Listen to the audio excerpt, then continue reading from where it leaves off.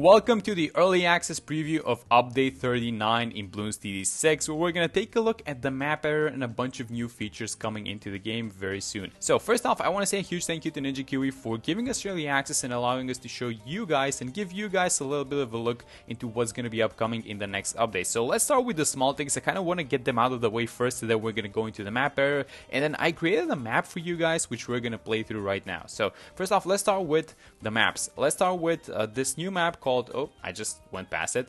This is the new map called Dark Path, and this is another take on Park Path, the beginner map, which everyone knows. It was a map from BTD5, by the way, and they put it in BTD6. And then they did this kind of a darker take, I guess you can say it, which is called Dark Path. So if on Park Path we had the balloons coming in, let me just show you guys. I'm just sending round one. If on Park Path we had the balloons coming in where these walls are basically, now the water is where the balloons are coming out. So it's a pretty short map, as you guys can see, and then you can place towers between the walls, but these towers, they don't do anything. But in usual Ninja Kiwi fashion, there is a secret for this map, and the secret is that you click this tunnel right here, and then a small little genie, I guess, a small little ghost is gonna come out and it's gonna destroy these obstacles. And I think you can click it, yeah, it's 4 times, and then there's this one here at the bottom.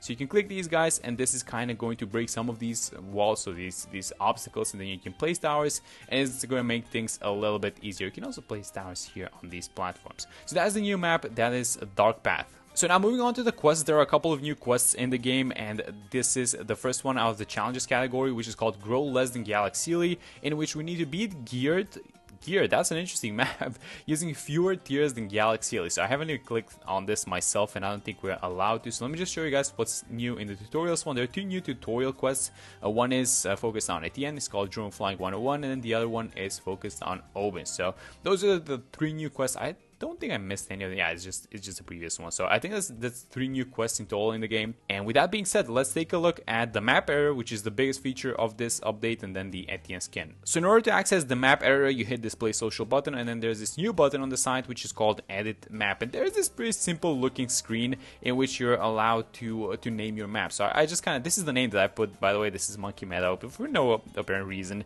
And let's just hit the edit map button, and let's see what happens. This is the map editor, and I know it looks simple, but you're not gonna believe the amount of features that you can do. So let's go through all of these 5 panels step by step, and let's show you guys what they can do. So the first panel is the terrain one, so you can just basically scroll through these terrains, which are maps that you guys have probably seen. Like, for example, this is Cracked, I think. This is probably Monkey Meadow or Bloons or something like that. This is In the Loop, and I noticed that a lot of these terrains that they used in previous maps, they're not available to us. So that means that we are probably going to be seeing this get expanded into the future. And then you can see these little droplets, which indicates that this is a water map.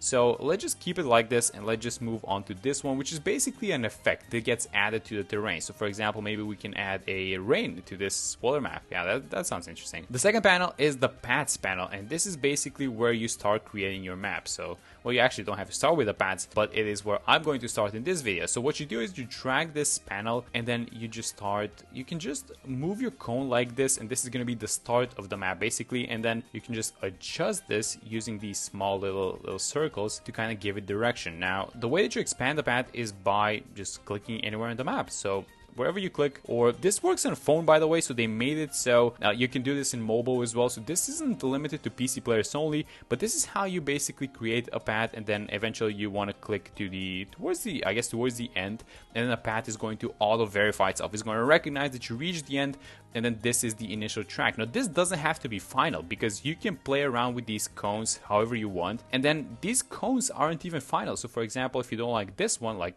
I don't think I like this one, so I'm just going to delete this one, and now we're going to make the path a little bit shorter, and that's going to give us, it's going to give us a little bit less flexibility, but you have absolutely 100% control of how the path is going to look like. And we're not limited to one path, which means that we can keep dragging paths as much as possible. So let me drag a road path just to show you guys what's going to be happening. So let me drag this guy over here, and then let's just make a straight line down here, and let's verify this thing. And you can absolutely have this thing, and you can adjust the width of the path, which has no gameplay effect, by the way. It's just there. Now you can choose between, I think it's easily over 10 paths, and the maximum amount of paths that you can have is 5. So let's You know what? Let's just drag one more. Okay, so that's the path number 3 that I created, and the way that this is gonna work is that whenever you send the balloons are basically going to get separated. I'm gonna show you guys, by the way, but I just want to say that the balloons are gonna get separated basically between these 3 paths. They're gonna equally get distributed. Next one is the prompts panel, and the prompts panel is probably one of the most important ones because this is the one that gives life to your map, and it's not just from a visual aspect, it's because you can put all of these obstacles that Ninja Kiwi has put into the game, and I feel like this is gonna get expanded by a lot, by the way.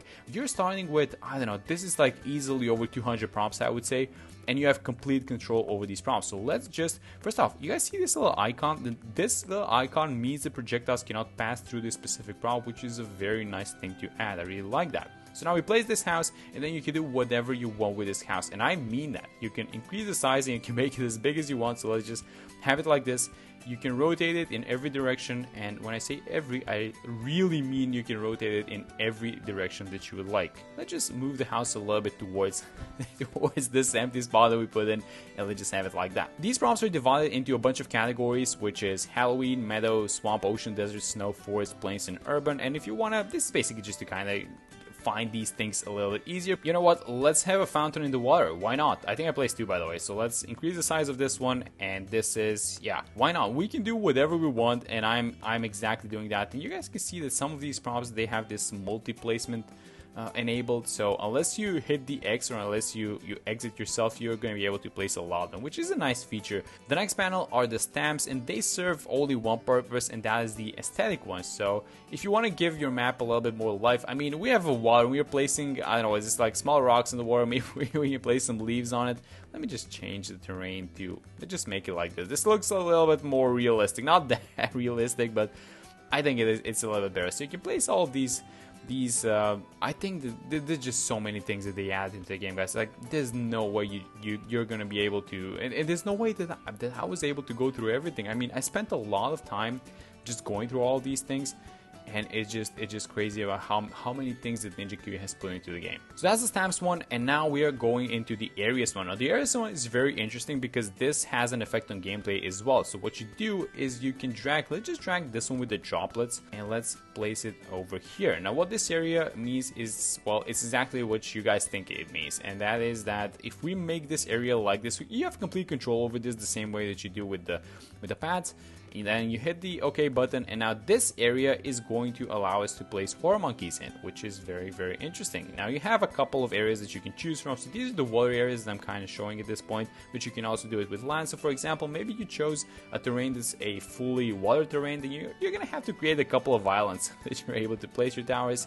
And this is what these guys serve their purpose for. And then finally, when we're done, well, we're not exactly done. You hit the next button, and then you can also choose, this is a very cool one, but you can also choose your music, guys. You can choose the music that plays onto your map. So let's choose Primal one. I think of this one that we're gonna create.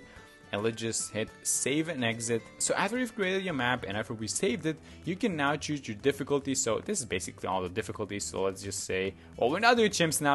I just want to showcase it for you guys, but this is going to be the easy standard. And then after I'm done with this one, I'm going to show you the map that I created specifically for this video, and we're going to see the Etienne skin of that one. But just to show you guys what happens, this is basically the map that we just created. It's the huge house, it's the frog sign, it's the fountain in the middle, and it's basically all these lanterns, all of these water spots that we placed, and let's see how it's gonna do. So I'm gonna hit start right now, and as you guys can see, all of these balloons get divided into, wait, how do you even defend this? I don't know. I've created a monster, I think.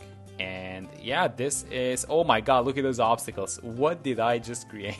Did I just create like an advanced map by accident? I think so. So that's how the map editor works, but we're not done yet. And this is a map that I created specifically for you guys for this video. So this map is called Ghost Town, and it was kind of a, I don't know, like a kind of a Halloween inspiration where I created a little village with a couple of paths. I only did 2 paths. And then I don't know, I guess it's autumn and it's kind of cold and people are getting ready for Halloween. And let's check out Etienne's new skin while we're playing this map. So I only did 40 rounds on this one. I just wanted to use it as a showcase, and that's pretty much it. And this is how the map looks like. So I put this fence on the side. We have the Quincy family tree up here, as you guys can see, because you can put pets as well. A couple of jack-o'-lanterns, and then we have some trees. and this is all done in the map area. I actually did this before I recorded this video. I just played around with this thing, and it's just so fun to do this. Honestly, I think I got lost in the map area for like a couple of hours. Let me use Etienne's ability just so we don't lose. So this is an area in which we can place water towers, so let's do it like this. And by the way, these boats, they are obstacles, so and something that you have to be really careful while making these maps is where you place your obstacles, because take a look at this sub. You guys see how much obstruction there is to its vision? Like, I placed these two lanterns, especially this one here on the bottom. It's obstructing the vision onto the track, and I thought that this would be, I was kind of aiming for creating an advanced map, I'm gonna be honest, with this one, because I wanted to have two paths, but these paths, I left this space here on purpose, but this is not exactly the best. Oh, you have a banana farm. Okay, so these problems are coming up because these are brand new accounts that Ninja Kiwi is giving us, and these accounts have not been, well, they have not been playing BT6 a lot, let me tell you that much. So my idea was I was gonna leave this space, but this is not exactly the perfect space to defend, and I guess you want to defend here, but then this is a very tight space, so you can't fit that many towers in, and that's kind of the idea that I was going for. So let me, you know what, let me just upgrade this farm. I'm trying to upgrade the farm because I'm trying to showcase you guys the Etienne skin. This is the Bookworm Etienne skin, which I feel like has a little bit of Harry Potter inspiration on it for some reason. So let me activate the level 3 ability. Now it's round 15, and these dragons are, well, they're shooting fire. You can see, I think this is the main one, by the way, the big one, and then the small 4 ones surrounded. And let's upgrade this sub, and let's try and play around our map. So for example, if I place, so for example, if I have a sniper here, I mean, I can place it here behind the haystack, but it's not gonna see anything. And let's just see how it goes with the, oh yeah, I think I was kind of successful in creating a decent map, I would say. So this fountain, it obstructs the vision, but it doesn't have to. So if you just uncheck the blocking button when you're placing this obstacle, then it's I guess they call them prompts. It's not an obstacle. You guys decide where it's an obstacle or not. So if you uncheck the box, then I guess the sniper would have been able to see through it. So I know that it's easy difficulty, but I'm really trying to get a farm because I want to get at the end to level 10 before this whole thing ends, because I want to show you guys the level 10 ability, which looks really cool, and it's a big dragon, and I really like the colors and I really like everything. Although this is probably not my favorite Etienne skin. I think that I like the Etienne skin a little bit more than this one, but this is a cool one nonetheless. I think it has like a Harry Potter thingy on it. Okay, so let me get an can I fit? Yeah, I can fit an alchemist over here. So I'm gonna give my sub an alchemist. I'm gonna get it to 220, and it kind of feels surreal, guys. Like I'm playing BT6, but this is, I made this. You know what I mean? This is the map that I created, and it's kind of surreal to think about it. There we go, Ninja Kiwi. They did it again. Can you guys see it? Can you guys see the dragon orbiting on level 9?